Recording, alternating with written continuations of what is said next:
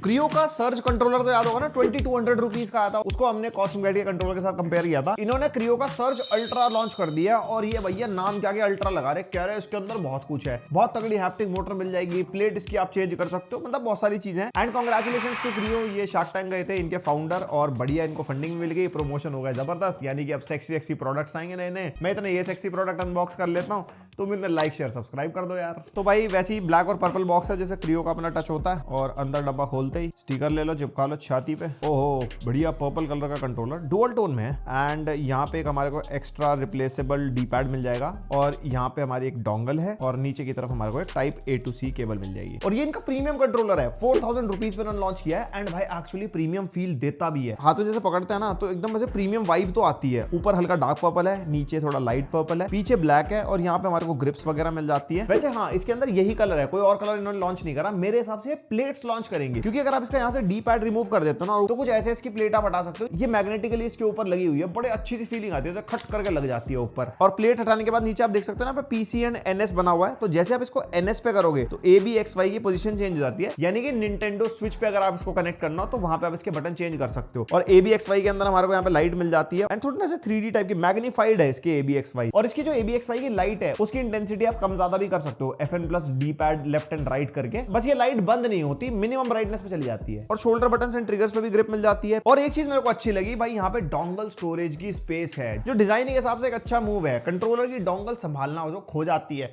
फिर वो दोबारा मिलती नहीं है, तो यहाँ पर डोंगल आप स्टोर करके रखो, खोएगी नहीं। और पीछे हमारे को ट्रिगर लॉक्स मिलते हैं। यूजुअली दूसरे कंट्रोलर्स में मैंने देखा था, जब हम ट्रिगर लॉक लगाते हैं तो जस्ट वो ट्रिगर बस कम प्रेस होना शुरू हो जाता है। वो होता है ना 0 to 100, कोई शूटिंग गेम्स वगैरह में यूज करना हो, और जो प्रेशर सेंसिटिव वाला होता है उसमें प्रॉपर जितना आप दबाओगे उतना ही प्रेस होता है। ये बेसिकली रेसिंग गेम्स वगैरह के लिए आता है। अब जैसे इसका लॉक हम लगाते हैं तो उसका ट्रिगर ना एक बटन में कन्वर्ट हो जाता है। वो आवाज सुनो, ऐसा बटन वाली फीलिंग मेरे को अभी तक किसी कंट्रोलर में नहीं मिली। हमेशा ऐसा लगता है बस कम दबना शुरू हो गया। और उसके अलावा पीछे हमारे को कनेक्टिविटी बटन मिलता है, जिसमें मल्टीपल कनेक्टिविटी मेंशन है अलग अलग लोगोस के हिसाब से। एक पोगो पिन भी है जिसपे आप डॉक कनेक्ट कर सकते हो कंट्रोलर के चार्जिंग के लिए। इसका डॉक का कॉम्बो अलग से आता है, 4999 रुपीज का है। और दो हमारे को पीछे मैक्रोस मिल जाते हैं, और बाकी फ्रंट में लेआउट पूरा Xbox वाला है। ऊपर हमारे को दो मेन बटन है, एक होम बटन, फंक्शन बटन, नीचे एक टर्बो का बटन भी मिलता है। ओवरऑल डिजाइन वाइज अच्छा है, और इन हैंड फील भी अच्छी है। वेट इसका 265 ग्राम्स के आसपास है, तो ज्यादा ऐसा हैवी भी फील नहीं होता लंबे गेमिंग सेशन के बाद। और इसके triggers and joystick hall effect वाले हैं। जॉयस्टिक में टेस्ट भी करके देख रहा था, एवरेज एरर हमारा 0.4% के आसपास आ रहा था, यानी कि बढ़िया है। और ये जल्दी से खराब भी नहीं होते, मैग्नेट होती है ना इसके अंदर। और एक चीज मेरे को फील हुई, इसके बटन बड़े क्लिकी क्लिकी से हैं, जैसे ABXY बटन देखो,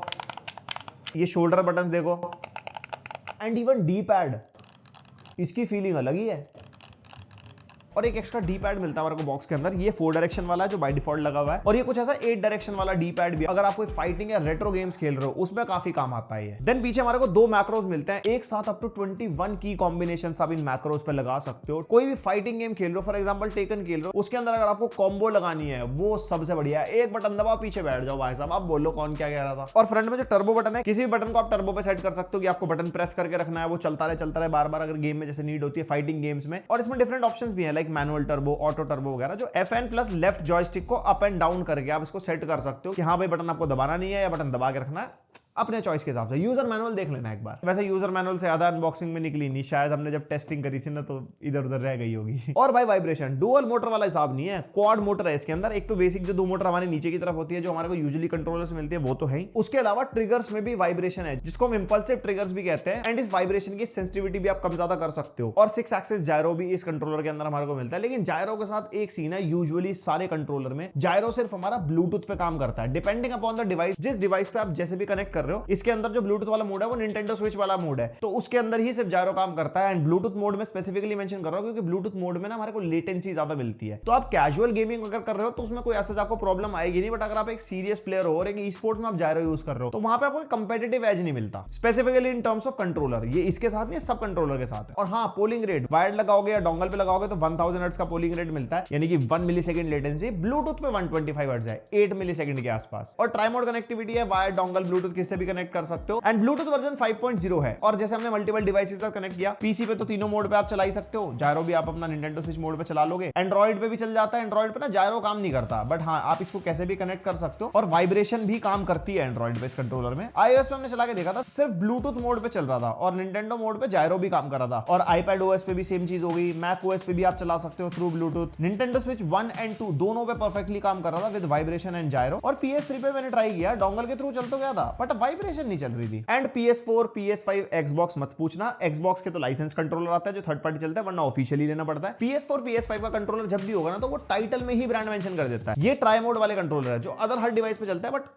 PS का लगाता है, जैसे क्रियो का मेरा आ जाया था पहले। एंड भाई गेमिंग एक्सपीरियंस भाई प्रीमियम फील देता है। मैंने इस पे मल्टीपल गेम्स खेल के देखे, इवन मेरी टीम भी इसको ट्राई करके देख रही थी। इन हैंड फील बहुत बढ़िया है और वाइब्रेशन एकदम मतलब प्रीमियम लेवल वाली वाइब्रेशन है। वैसे वाइब्रेशन इंटेंसिटी आप कम ज्यादा कर सकते हो बट मजा बहुत आता है, हाथ में ना अनकंफर्टेबल फीलिंग नहीं आती। एंड इंपल्स ट्रिगर्स, इसमें अपना ऑप्शन भी है, इंपल्स ट्रिगर की वाइब्रेशन आप ऑन कर लो, हर मोड पे वो चलती है। लेकिन अगर आप इसको पीसी पे कनेक्ट करोगे and official impulse trigger supported game खेलोगे, जैसे हम फोर्जा खेल के देख रहे थे, तो उसके अंदर जहां पे इंपल्स ट्रिगर के अंदर वाइब्रेशन होगी वहीं पे फील होगी according to that game. And इसमें और भी बहुत सारे सपोर्टेड गेम्स हैं जिसमें मतलब जब इंपैक्ट आना होता है इंपल्स ट्रिगर्स पे तभी वाइब्रेशन एक्टिवेट होती है और वो अच्छा लगता है। और जरूरी नहीं है जिस गेम्स में सपोर्टेड इंपल्स ट्रिगर्स हैं आप उसी में चलाओ, आप किसी भी डिवाइस पे इसके इंपल्स ट्रिगर्स यूज कर सकते हो। आपको बस इसकी मोटर को ऑन करना होता है, FN+LT+RT को बटन को 3 सेकंड तक प्रेस करके होल्ड करके रखोगे तो वो एक्टिवेट हो जाती है एंड फिर वो हर एक गेम में काम करती है। बस ये है कि परमानेंट वाले में थोड़ा सा इरिटेटिंग लगने लगता है क्योंकि जितना दबाओगे फिर वो उतना चल ही रहा होता है। वैसे ओवरऑल जिस प्लेटफॉर्म पे मैंने बताया जिस पे सपोर्ट करता है, आपको गेमिंग एक्सपीरियंस में बिल्कुल डिसअपॉइंट नहीं करेगा। एंड इसके अंदर 1200 mAh की बैटरी है, तभी इसका वेट 260 ग्राम्स के आसपास है, वरना थोड़ा कम होता है कंट्रोलर में। एंड बैटरी बैकअप भाई बढ़िया चल रहा था, मैं इसको 3 दिन से टेस्ट कर रहा हूं और ये अभी तक भी चल रहा है, इसकी बैटरी डाउन नहीं हुई। तो मेरे हिसाब से ऑन एंड ऑफ अगर आप खेलोगे 2 दिन 3 दिन का बैकअप आप निकाल पाओगे डिपेंडिंग अपॉन योर यूसेज। हाँ अंधाधुनी गेम खेल रहे हो तो आवर्स के हिसाब से डिपेंड कर सकता है, मतलब डिसअपॉइंट नहीं करेगा बैटरी बैकअप में। तो ये था क्रियो सर्ज अल्ट्रा का पूरा रिव्यू एंड ये 4000 रुपीज के आसपास में कॉस्मोवेट का इक्लिप्स भी आता है। तो इनकेस आपको डेडिकेटेड कंपैरिजन चाहिए हो तो मेरे को बताना। वैसे कंट्रोलर्स में ना ज्यादा चीजें ऊपर नीचे होती नहीं है, ऑफरिंग्स लगभग सेम रहती है। मेन बात आती है बिल्ड की, डिजाइन की, जो कि मेरे को इसका डेफिनेटली बहुत प्रीमियम लगा। आपको कैसा लगा मेरे को बताना कमेंट करके। बाकी और किसी कंट्रोलर का रिव्यू चाहिए और भी इसके अलावा कोई सजेशन है, फीडबैक हो, कमेंट सेक्शन खोला है। लाइक शेयर सब्सक्राइब, मिलता है नेक्स्ट वीडियो, तक के लिए